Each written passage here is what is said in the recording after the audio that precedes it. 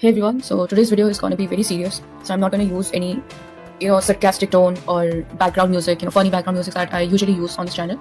So on 18 January, means yesterday, a girl named Tanvi uploaded a Google document link on her story which has some very serious things against a YouTuber named Azuz. His name is Abdul Aziz. I used to watch him like a few months back, but then he kind of appeared performative to me, so I just simply, threw out of it. So in this Google documents, the girl accused or exposed, I would rather say exposed, Azuz as a rapist. She also put out a timeline, receipts, dates, how they start talking and everything. So the story starts with Tanvi and Azuz starting to talk to each other regarding the shoot for this reel on his song called Ru. They also met twice on a listening party of Karun and Bhapa's show where they discussed about it again. It was on 19 December 2025, Bhapa's show. Okay. Then, after that, the shoot kept getting delayed and lastly never actually happened. But before it was cancelled, Azuz first asked Tanvi to come to his friend's studio but then changed the location to his own apartment. Even if the shoot never happened, she still went to his home on 27 December, just to hang out with his friend, and she stayed there for like good 1 hour or two something. Then, cut to early January, Tanvi's mother had to go out of Delhi, okay? And because of a cardiac issue that Tanvi has, she cannot be left alone at home. Okay, so after asking Azuz for permission, Tanvi went to stay with him on 2nd January 2026. Everything was normal until 5th January at around 1-2 a.m. Azuz suddenly started touching her and made very explicit comments towards her, and then he essayed her, I would say, I cannot just use it, essayed her till she cried. That's when he stopped, okay, finally, and started, asking abstract questions to why she was upset, okay.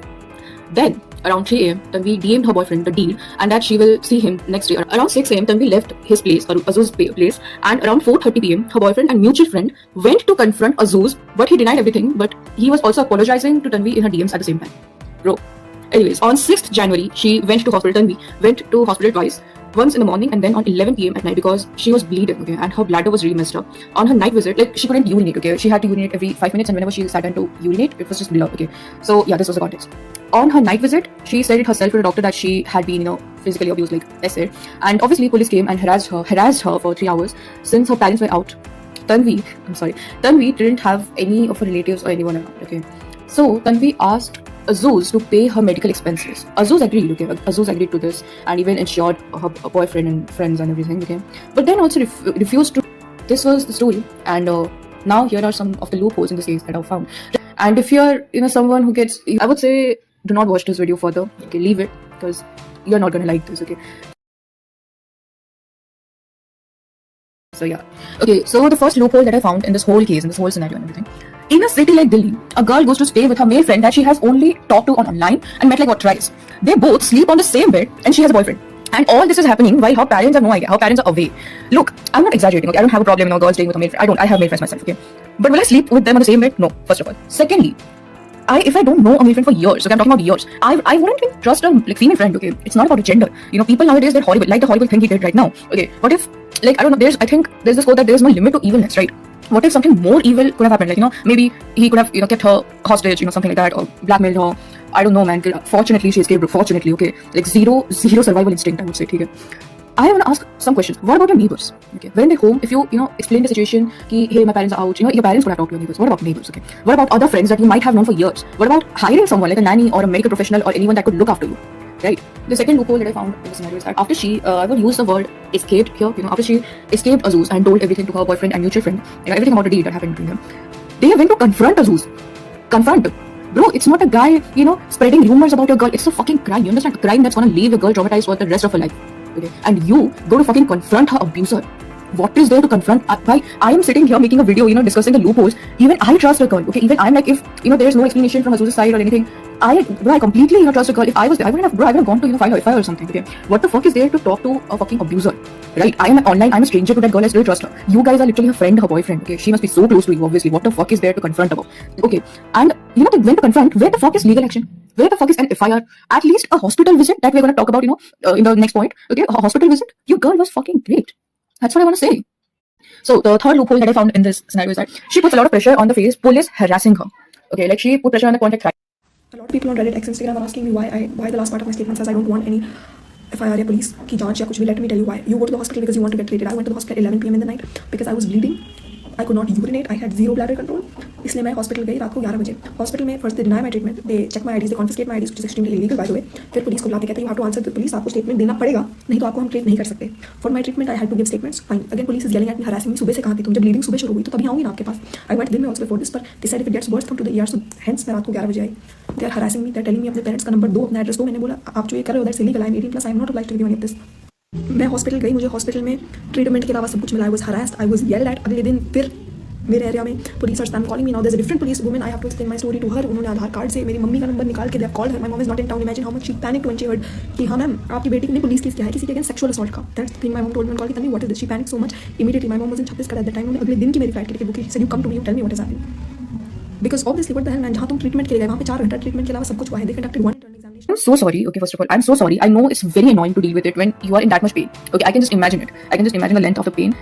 Speaking hypothetically, and you went through it. Okay, more power to you. But they are doing a job.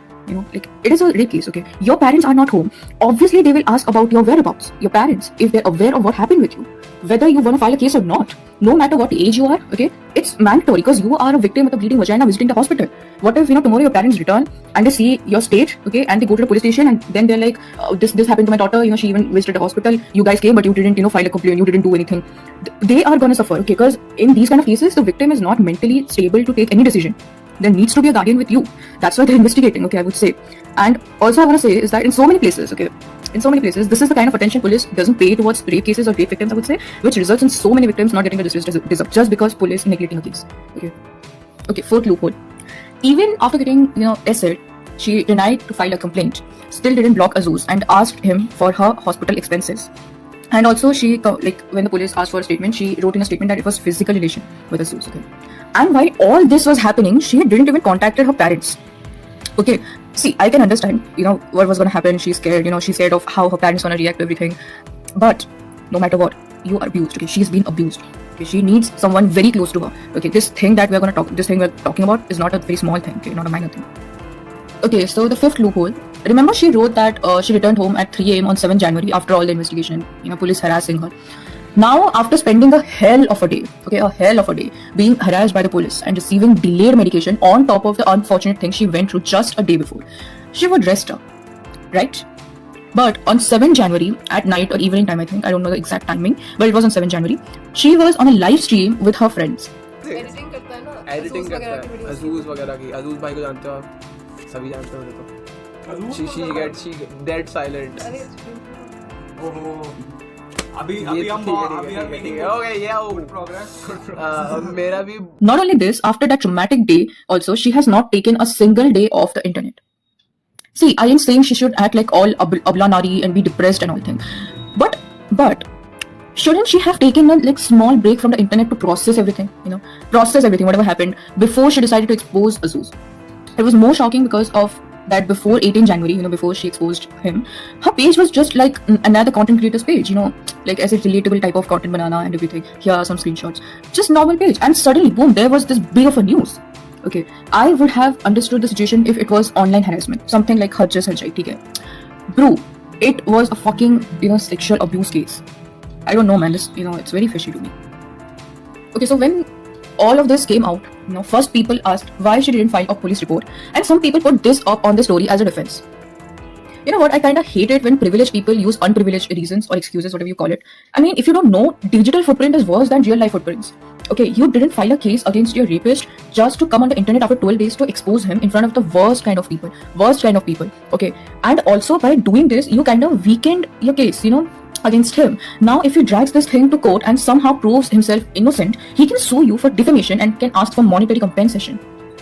Cause now he knows what type of proofs you have. Okay, his lawyer can easily manipulate it. And if you don't know, okay, why I said that digital footprint is worse, because now after all this fuckery stops, okay, you will be not at peace. Because see, I'm not scaring you, but there are people who will, always harass you and share very shitty kind of people. Okay, if Azuz or his lawyer or anyone manipulates the evidences that you showed and somehow proves that he is not guilty, people are gonna come up to you. And now everything that you revealed is just one search away. That's why I said internet is the worst kind of place, to reveal all this. And maybe this is exactly why he deactivated his account. If he stays online, he might say something in panic or rage, that could weaken his case. Because if you don't know, there are so many cases like influencer cases where the lawyers, they say, they tell their clients to deactivate their account or just, गायब हो जाओ, okay, disappear from social media, okay. Or maybe he was just simply getting a lot of hate to handle, okay. That's my theory.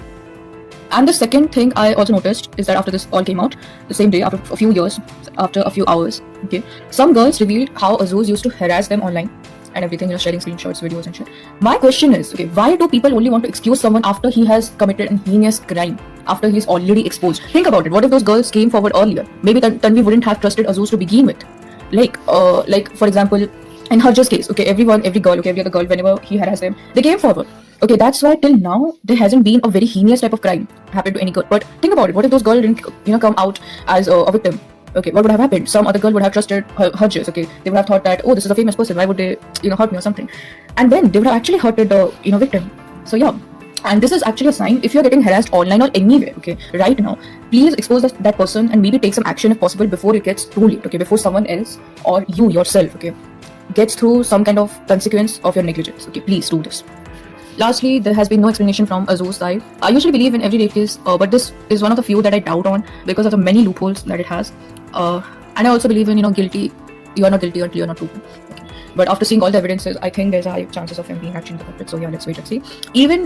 I think that even if she indeed agreed for sex but said no later, because there's this text from Azuz's side, and she also wrote in a statement that it was a physical relation. I don't know why she did that. Maybe she did this to avoid the case, filing the case. Kuch to dena padega na.